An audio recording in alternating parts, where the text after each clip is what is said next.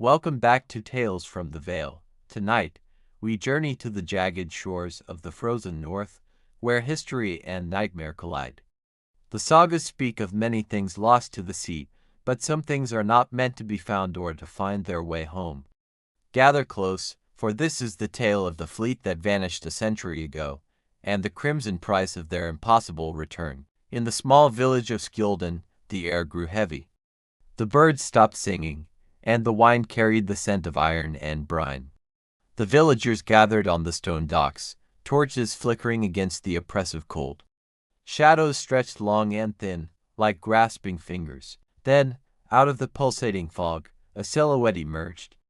Massive, ancient, and terrifyingly silent, the ghost ship had come home. Elder Olaf, his skin weathered by 100 winters, felt his heart stop.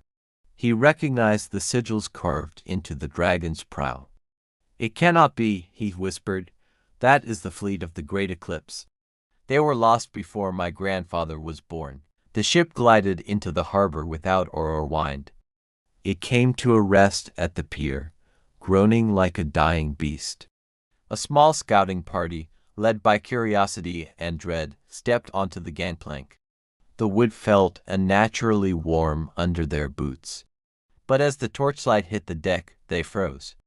The wood was not stained by sea salt, but by deep pools of steaming red blood. It was fresh, oxygenated, and seemingly infinite. It flowed into the scuppers but never drained away, as if the ship itself were bleeding. Then, from deep within the hold, a sound began. A rhythmic, heavy thumping that shook the very hull. A heartbeat. Elder Olaf reached out, his trembling hand hovering over the crimson tide. As his finger touched the liquid, the world went cold. Tendrils of red liquid rose like serpents, wrapping around his arm. From the pools, faceless figures began to take shape. The lost crew had returned, but they were no longer men. They were manifestations of a century of slaughter, bound by the blood. The harbor water froze instantly, trapping the village boats in a jagged cage of ice. The runes flared with a blinding, cursed light, and just as quickly as it arrived, the ghost ship began to move back into the mist, pulling the light and life of the village with it. Skilden was left in silence. Only the blood-stained docks remained, a grim testament to the price of looking behind the veil. Some mysteries are better left in the deep. If you enjoyed this journey into the dark, subscribe to Tales from the Vale. Until next time.